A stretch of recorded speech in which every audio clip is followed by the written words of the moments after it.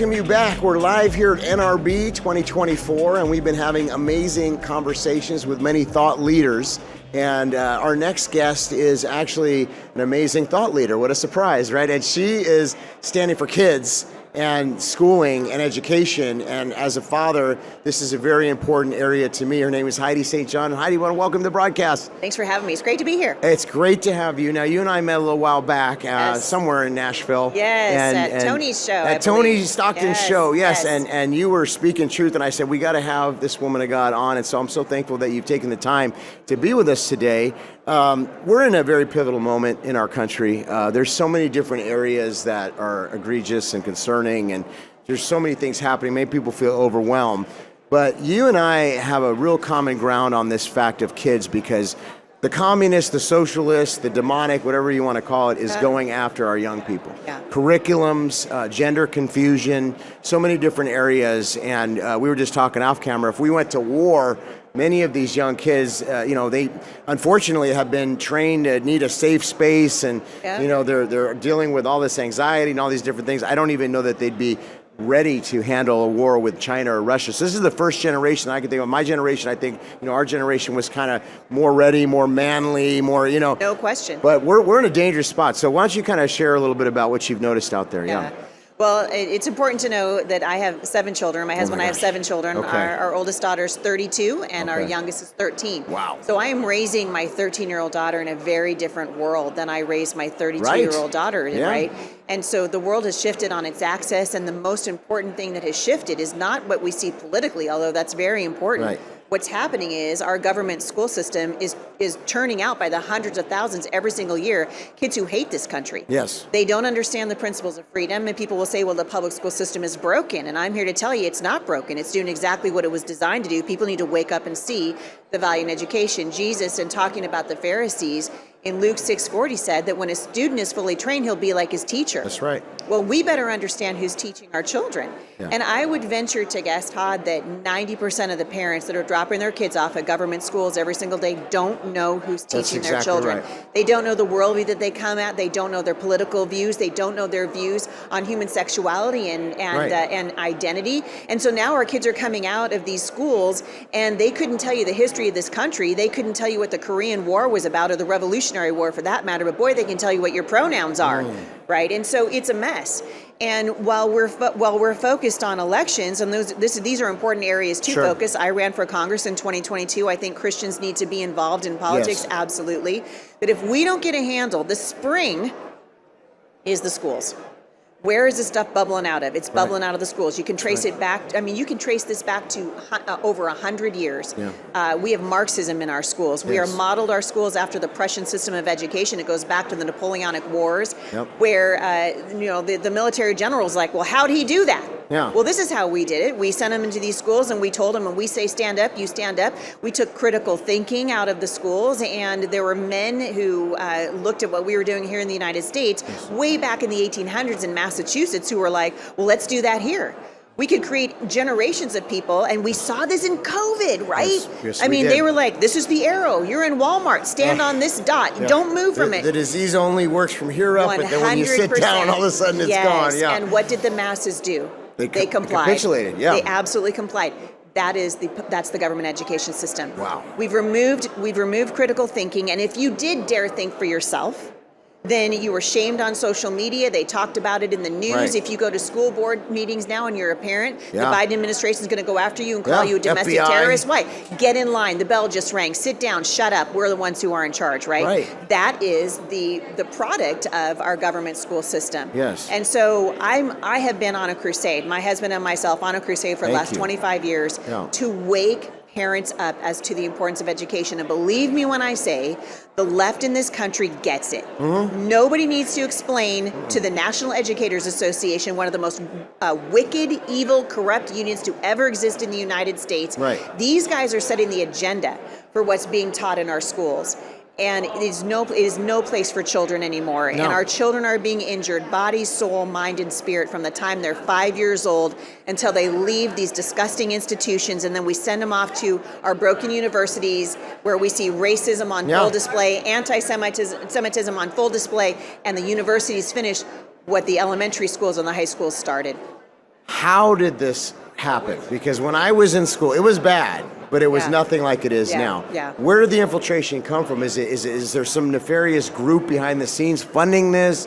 How did this happen in America? It's a constitutional republic where our founders believe in life, liberty, the pursuit of happiness, that our rights are given us by God, not by government. How did we come so far to where we are now? I think most people know about Horace Mann, right? And we can trace a lot of this stuff back to John Dewey and Horace Mann. These guys were socialists and really communists who really, Horace Mann, a lot of people consider him to be the father of the progressive public school movement as it is today. But most people don't know about a guy named Orestes Brownson, who a long time ago was influencing governors in the state of Massachusetts and lawmakers to say, hey, look, if we want to influence the next generation, if we want to have a generation of adults who will do what we want them to do, then the first thing we've got to do is separate them from their parents, right? We separate them from their parents. You can take this back. There's I cannot remember the guy's name right now, but there is, look it up, it's so fascinating, the history of the public school system.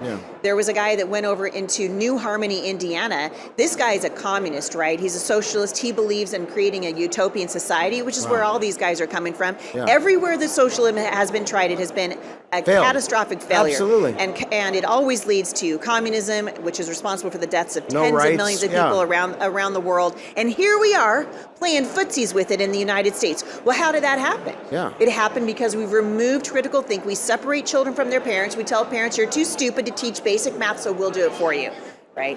You just graduate from our broken, disgusting system. You spent 13 years in it, right? Kindergarten through 12th grade, and yet we're going to tell you that you're not competent enough to teach a first grader basic math. And we believe it because we've been indoctrinated to believe that we can't do that. And so I had a light bulb moment 25 years ago when I pulled my own daughter out of the public school system. And I'm telling you, my knees were knocking. I walked into that public school. I loved her teacher, but God had opened my eyes to the fact that education is not neutral. It never has been, it never will be. Education is the passing down of generational wisdom and generational bias from one generation to the next. So people will say to me, well, you homeschooled all 7 of your children, you're indoctrinating them. You're darn right I am.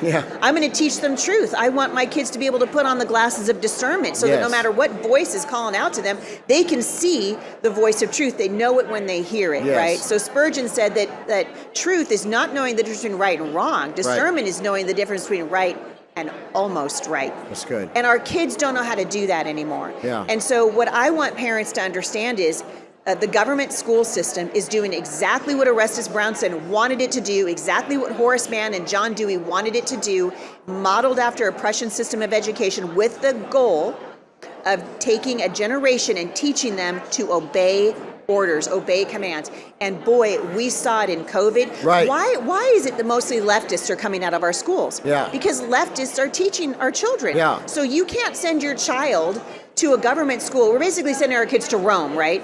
So these parents, hundreds of thousands of parents every single morning giving their little 5, 6, 7, 8, 9-year-olds a sack lunch and putting them on a little yellow school bus and sending them to the literal front lines of the culture war. That's right. And then we wonder, after 12 years of sending our kids to be educated at Rome, they come out as Romans and we're scratching our head going, well, how'd that happen? And then they go to the colleges, which are total socialist communists. Right. When a student is fully trained, he'll be like his teacher. Parents need to wake up.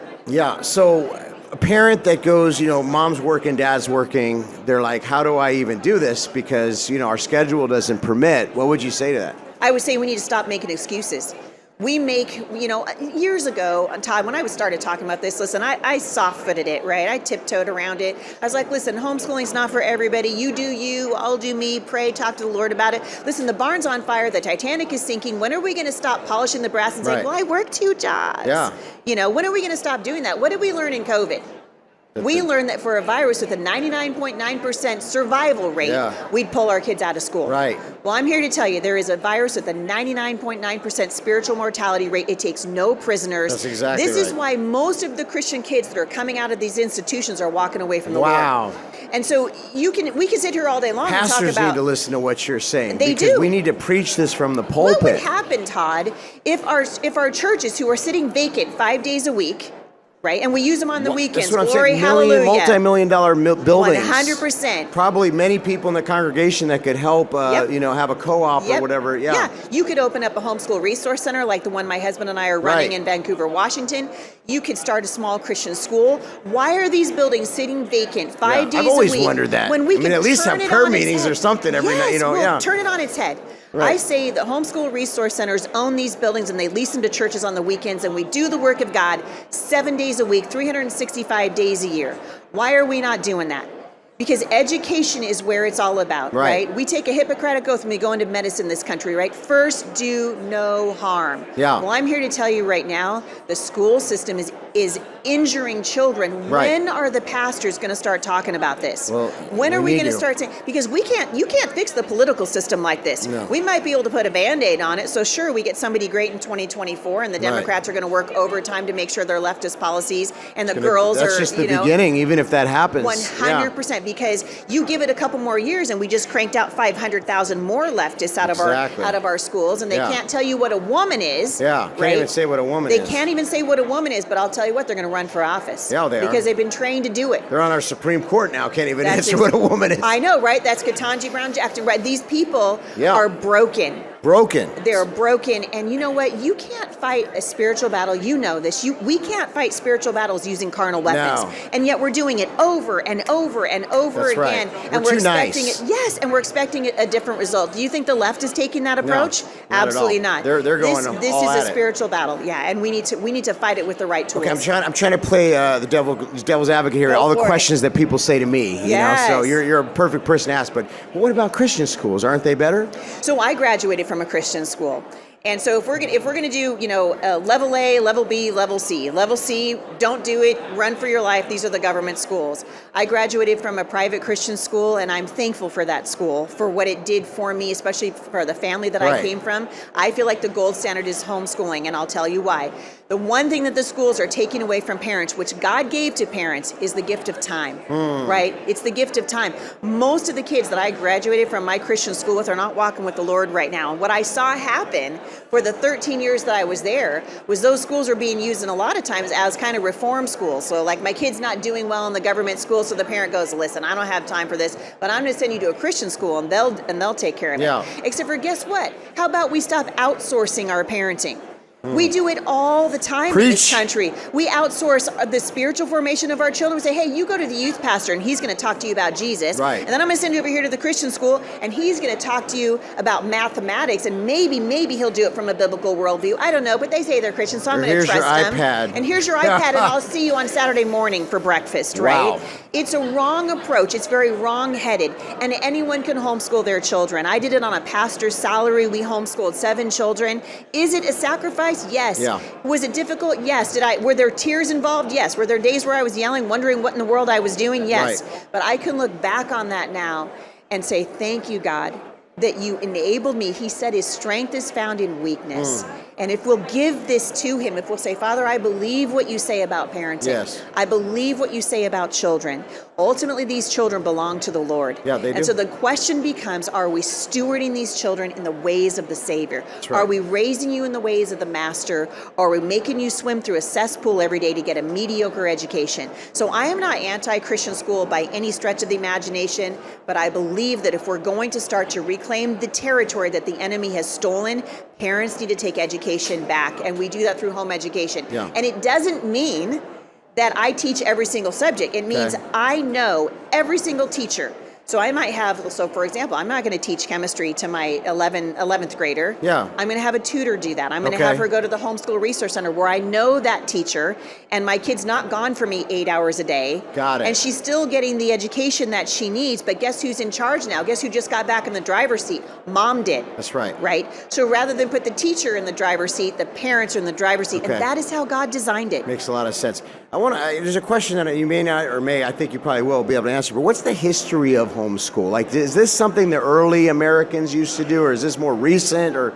Dude, our founding fathers, many of them were homeschooled. I mean, all you gotta do is read some of the most amazing articles that were ever written on the founding of our country, right? These were written by people that were homeschooled. The Federalist Papers, written by homeschoolers. We did a pretty good job we did a pretty good job before the government school system came in and messed it all up. When did the government school system kind of start? So this really goes back to the 1800s. It goes back to Erastus Brownson, back to John Dewey, back to these guys who were like, how can we bring these kids into submission to authority? That's what this is about. Submit, submit, submit. It is not about free thinking. It is not about critical thinking. And the homeschool movement in the United States, so it was this way, the founding of our country, right? These guys were capitalists. They were entrepreneurs. They loved the Lord. The idea of the government coming in and hijacking education would have been unthinkable to these people. Right. Because what's the first thing we did? We removed God. Right. Well, that would have been unthinkable to the people who started this country, right? Yeah. They knew what they were running from. Right. And so what we've done now is we've turned the family on its head, and we see where that has taken us, right? We turned the education system on its head. We've developed progressive Christianity, but we have right here at NRB one of the most important influential figures in the homeschool movement. He sits on the board of NRB. It's Mike Ferris, right? Wow. So Mike Ferris, in the 1980s, I want to say it might have been around 1981, founded the Homeschool Legal Defense Association because parents were seeing in the 1970s, oh my goodness, this isn't going anyplace good, but it was illegal to homeschool by that time because the government had gotten their talons into the law. And so we had to fight to make sure that homeschooling was protected and legal in the United States. Thus the birth of the Homeschool Legal Defense Association. Mike Ferris, one of the giants of the movement. Wow. I consider myself on the tail end of the pioneer movement in modern homeschooling in the United States. But there's a revolution happening right now. I mean, there's been the last couple of years. I think during C-19, I won't say parents started seeing on those Zooms and wow, this is what my kids are being taught. And I think it was a moment of awakening for a lot of parents. Have you seen that? Absolutely true. I mean, homeschooling has exploded around the United States. And so now I think that the job is to say, have a theology for home education. Why are you doing what you're doing? It can't be just to get away from, the Rona restrictions and all the insanity that we see in the schools. We have to understand that God's word teaches parents that they are the ones who will answer to the Lord for how their children are raised and what we teach our children. This is Deuteronomy 6, right? When you rise up and when you lie down. Sure. We are the ones who are responsible for our kids' education. And yes, COVID, that might be the one great thing about, as you call it, C-19. I call it the Rona.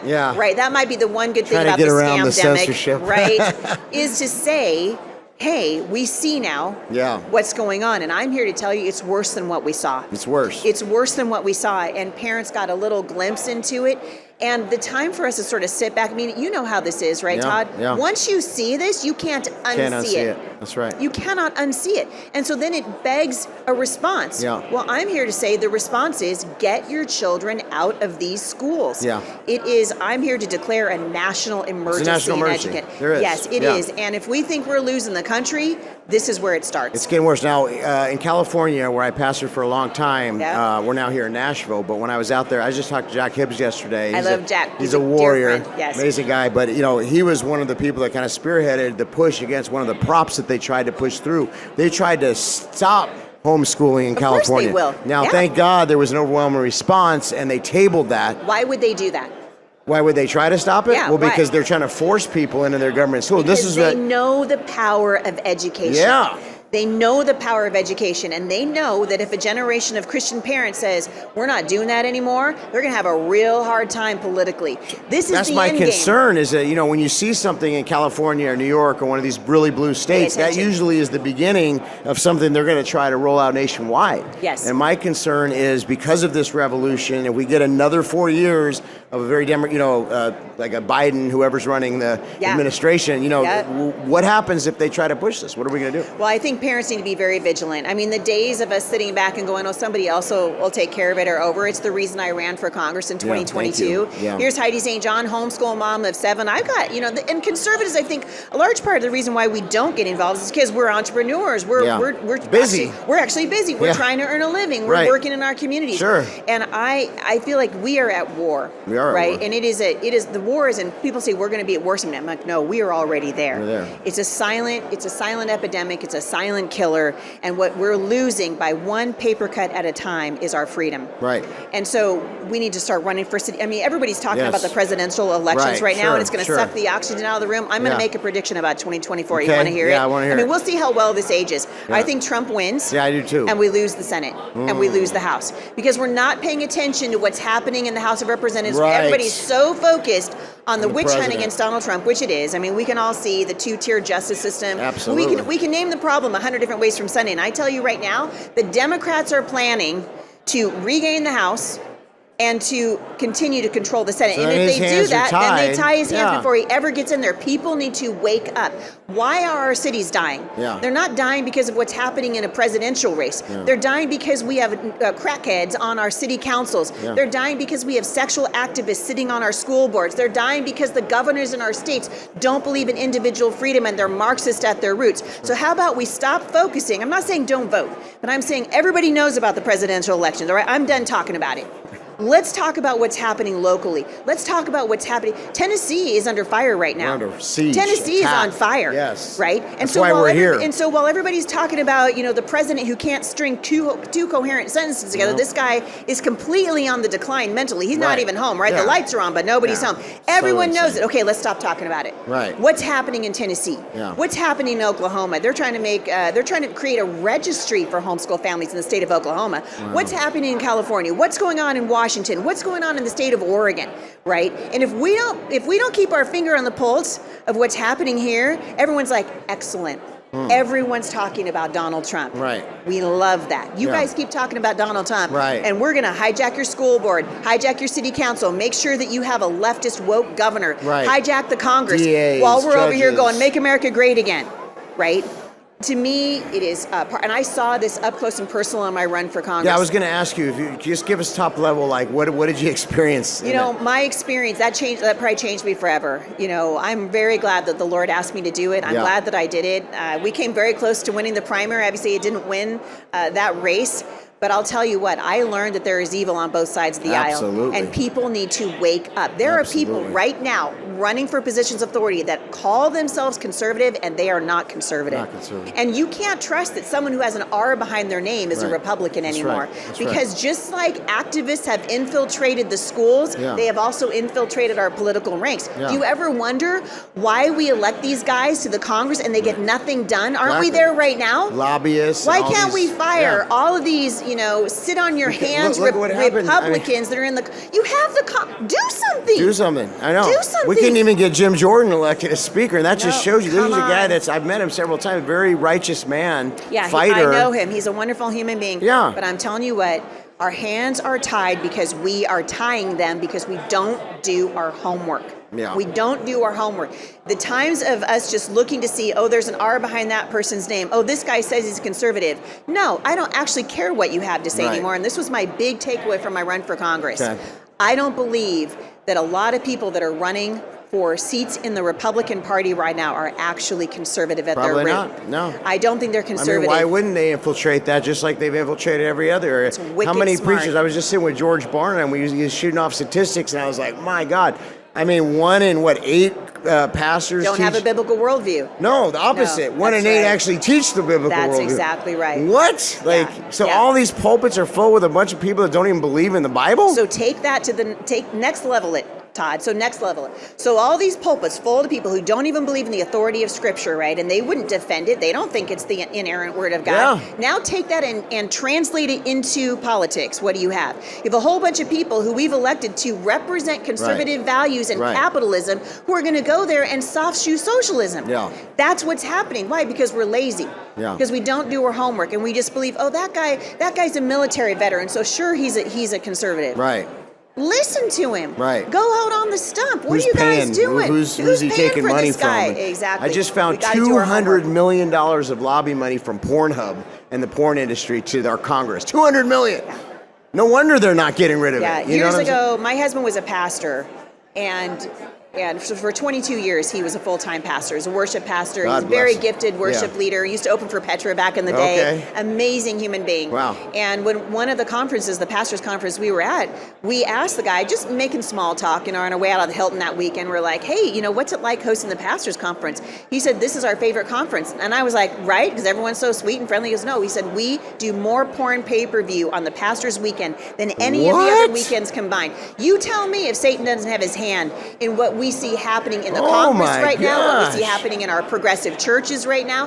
Christians who if you believe, Todd, in the authority of Scripture, if you want to stand firm on what God says in His Word, do something. Do something. Do Change. something. Be the remnant. You're Come not out from here among for no them. reason. Stand. I feel like we're in the 2-minute warning on the show, but we're also in the 2-minute warning in the world. Absolutely true. And I so love what that. happens in the That's 2-minute your next warning? book, 2-minute yes, warning. I'm telling you. And so the thing is like, what do you do when there's 2 minutes left? We were just talking about this with my friend. Is that you put in your best players. You decide what's most important. Every second is critical. Every second. That's where we are. 2-minute warning. There's your next book, Todd. 2-minute warning. 2-minute Every warning. Are second you guys counts. hearing this? 2-minute warning. Every second counts, Woo! right? You got it? What All do you do? So take that and next level it. And Christians belong in every sphere of influence. Every sphere. We belong in education. We belong in Get entertainment. off We the belong bench. in politics. Get off the bench. That's the name of my podcast. Off the bench, Come on. onto the battlefield. Heidi St. John, tell us how we can find your website and all the stuff that you're doing, because it's very important. People can find me at HeidiSt.John.com. My podcast is at 24 million Awesome downloads right podcast. now. Off the bench with Heidi Yes. St. John. I'm trying to get people to get off the bench and to engage in the game. If they want to find the Homeschool Resource Center, that's at firmlyplantedfamily.org, the nonprofit Everything that they need to know about everything they homeschool. need about a Homeschool Resource Center is right there. So there's, if you're wondering how do I even start, go to this website. We'll put all the information below. And Heidi, thank you so much for coming on. Todd, thank you. It's a Appreciate pleasure. it. Thank you.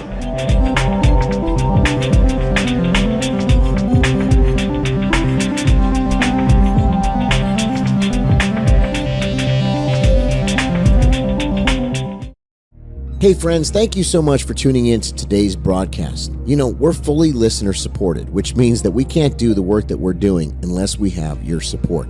Please pray about becoming a monthly partner to this ministry.